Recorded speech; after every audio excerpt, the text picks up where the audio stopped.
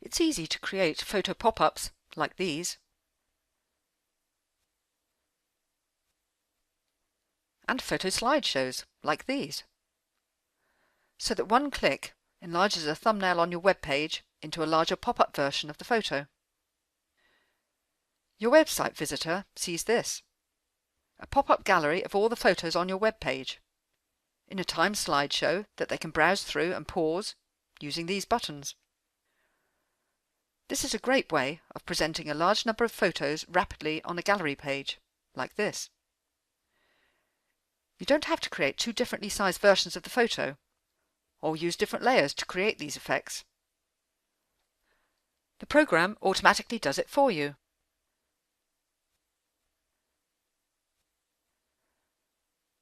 So first create your page of thumbnail images by dragging them from your File Explorer.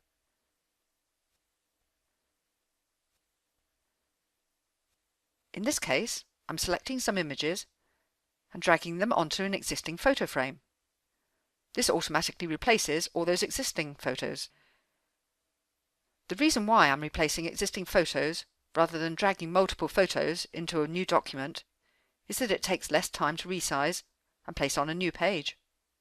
I can configure all the pop-up information I need from the Image tab of the Web Properties dialog, so I click the first image here, and then choose this Image Properties icon in the Web Properties flyout bar to open the Image tab. The first thing I have to do is click this pop-up photo checkbox. The width of the pop-up is already filled in, showing 500 pixels. You can add a different measurement here if you prefer, but for now I'll leave it at 500. Here you can type in a pop-up title, which appears in bold letters above your pop-up image. Now I'm going to add a caption. That's the text underneath the pop-up image. But I also want this image to be part of a slideshow that displays a series of images. So to do that, I click Options. Here I can control what the slideshow will look like, and whether the title I've just added to the photo will be displayed.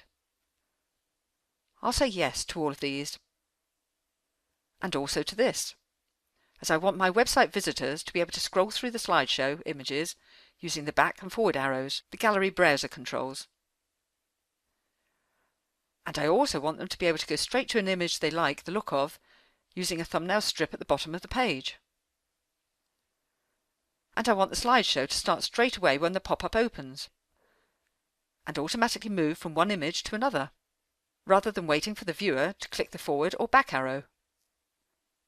And I want the time between image display to be quite short. So I'll change this default to 3 seconds. When I click OK, these settings are saved and will be applied to every pop-up image on my page. Now back in the Image tab, I just click Apply to apply the title and caption to this image, and click on the next image.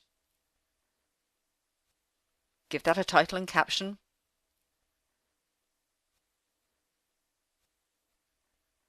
Click Apply, and so on. When I've added a title and caption for every image, I can click OK, then click here in the Export flyout bar to preview my pop-ups and slideshow. Now, when I click on one of these thumbnails, the pop-up appears with my web page faded in the background.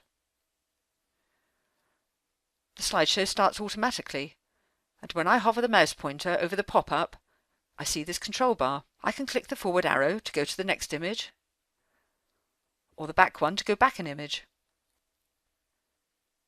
Click here to pause on the slide, and here to start the show again.